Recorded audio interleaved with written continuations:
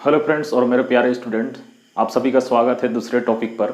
आज हम पढ़ेंगे संसाधन के अंतर्गत मृदा संसाधन। देखेंगे कि मृदा संसाधन से आप क्या समझते हैं। मृदा यानी आप सभी जानते होंगे, मृदा यानी क्या होता है? मिट्टी।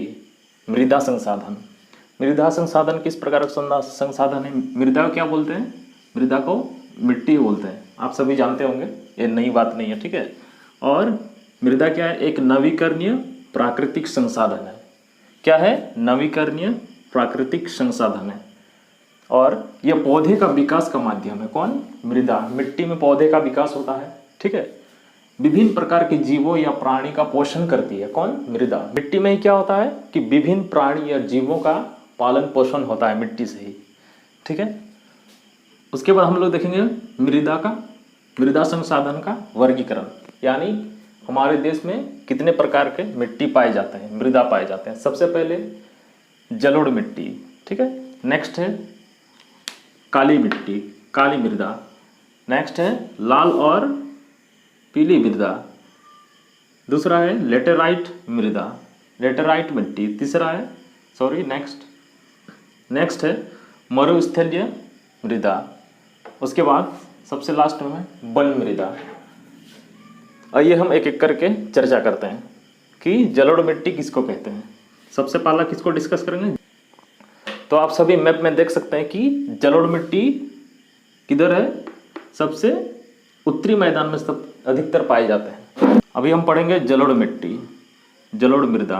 भारत के 45% भाग पर पाए जाते हैं। कौन? जलोढ़ मिट्टी, जलोढ़ मृदा। यह संपूर्ण उत्तर का मैदान और पूर्वी तटीय मैदान में पाए जाता है। कौन? जलोढ़ मिट्टी।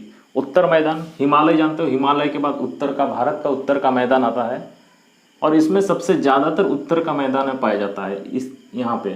और पूर्वी तट यानी ईस्टर्न कोस्टल प्लेन में पाया जाता है, ठीक है।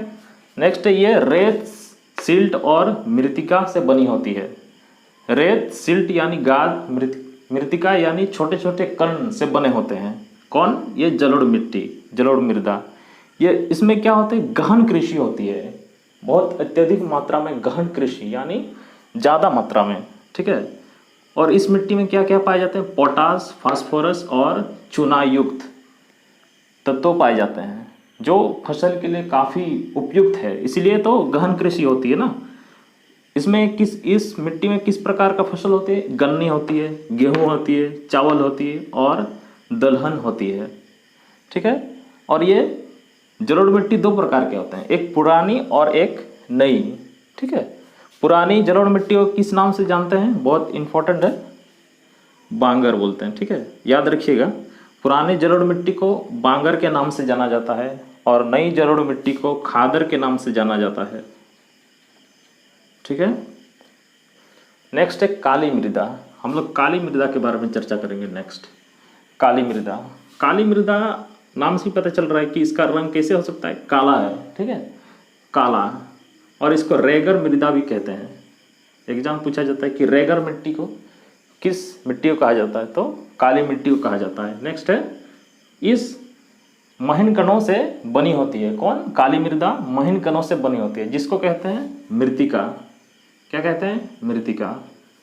और काली मिट्टी में नमी धारण करने की क्षमता होती है। क्या होती है? नमी धारण करने की क्षमता अधिक होती है, इसमें नमी होती है, ठीक है। नमी होने के कारण इसमें कपास की फसल बहुत अत्यधिक मात्रा में होती है। कपास के लिए उपयुक्त होती है। और इस मिट्टी को कपास के लिए उपयुक्त होने के कारण इस मिट्टी को काली कपास मृदा भी कहा जाता है। क्या कहा जाता है? काली कपास मृदा। और इस काली मृदा में क्या कौन कौन से तत्व पाए जाते हैं? कैल्शियम कार्बोनेट और मैग्नीशियम, एल्युमिनियम, पोटास और चूना। आपको एग्जाम में ऐसे ही पूछा जा सकता है कि काली मृदा में कौन कौन से तत्व पाए जाते हैं। आपको दे देगा मैग्नीशियम, एल्युमिनियम, तो आपको टिक करना है काली मृदा में मैग्नीशियम और एल्युमिनियम पाए जाते हैं, ठीक है।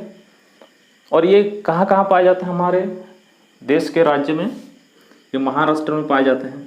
जैसे ये काली मृदा, ये है जलोढ़, ठीक है, ये है जलोढ़ मृदा, ये भी जलोढ़ मृदा है। और इधर पश्चिमी तट के साइड भी जलोढ़ मृदा कुछ कुछ जगह में पाए जाते हैं जलोढ़ मृदा। अच्छा, ये जलोढ़ मृदा किस प्रकार से बनती है? ये नदी के द्वारा जो अवसाद लाती है, अवसाद को बिछा देती है, उसी से ये जलोढ़ मृदा का निर्माण होता है। ठीक है। और काली मृदा कहाँ है? इस साइड में, ये काली मृदा।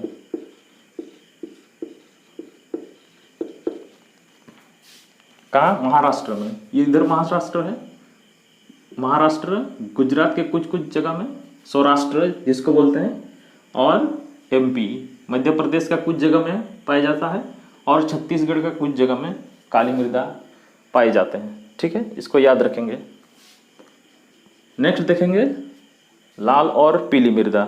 और कहाँ पाया जाता है? ये दक्कन के पठार के पूर्वी और दक्षिणी भाग पर पाया जाता है। ये है प्रायद्वीपीय पठार है यहाँ। ठीक है, या दक्कन का पठार, इसको दक्कन का पठार बोलते हैं आसपास में। ठीक है, इसका पूर्वी क्षेत्र और दक्षिणी भाग, इधर दक्षिण पूर्वी और दक्षिणी भाग में पाया जाता है लाल और पीली मृदा। ठीक है। और लाल रंग किस कारण होता है इस मिट्टी का? आग्नेय चट्टानों और रूपांतरित चट्टानों में लौह के कारण, लोहे की मात्रा के कारण इस मिट्टी का रंग कैसे दिखाई देता है? लाल और पीला दिखाई देता है। और इसकी प्रकृति किस प्रकार की है? अम्लीय प्रकृति की है। ठीक है।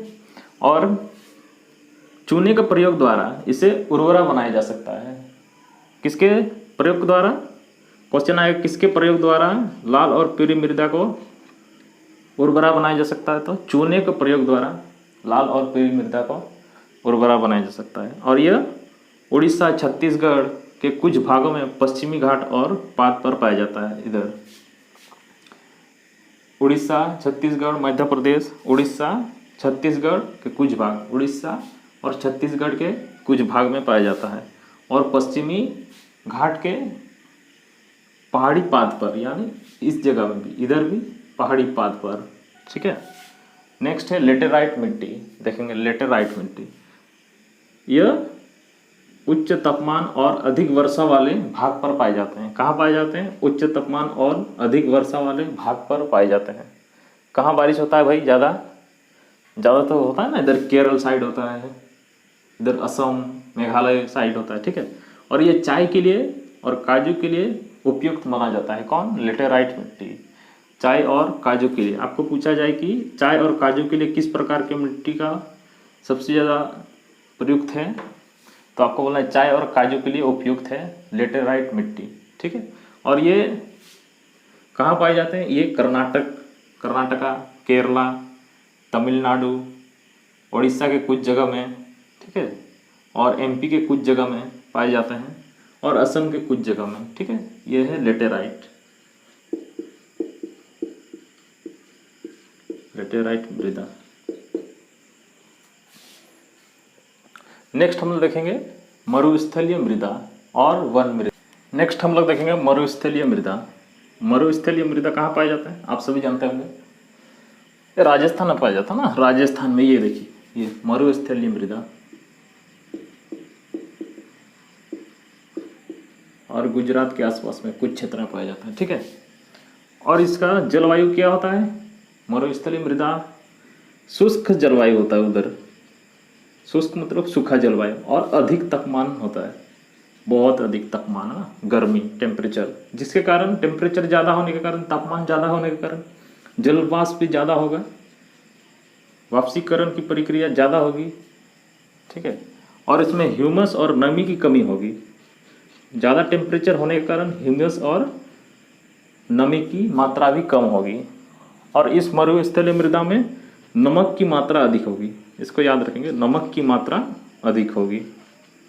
नेक्स्ट है वन मृदा। वन मृदा नाम से ही पता चल रहा है, वन मृदा यानी पर्वतीय और पहाड़ी क्षेत्रों में पाया जाता है। ठीक है। इधर ये है वन मृदा, पहाड़ पर्वत है, इधर भी है, मेघालय आसपास। ठीक है। पहाड़ी और पर्वतीय क्षेत्रों में पाया जाता है।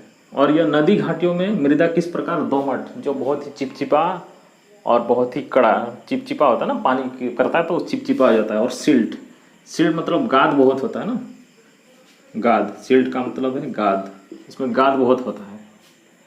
आशा करता हूँ आप सभी को समझ में आया होगा। और आंसर राइटिंग जब करेंगे तो इसी प्रकार करेंगे, डायग्राम भी बनाएंगे साइड में, हमेशा राइट साइड में डायग्राम बनाया जाता है, ठीक है। और उसको दर्शाएंगे कि कहाँ कहाँ पे पाया जाता है इस प्रकार की मिट्टी।